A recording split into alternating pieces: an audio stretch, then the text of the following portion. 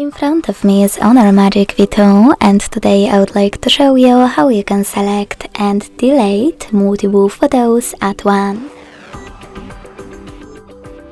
Begin by accessing Gallery app and selecting photos or albums at the bottom. Either way, after finding all of your photos that you wish to delete, hold one of them and click on Select All at the bottom between Share and Create. To keep some of those photos, click on the chosen one, and to get rid of the rest, use Delete button at the bottom between Create and More.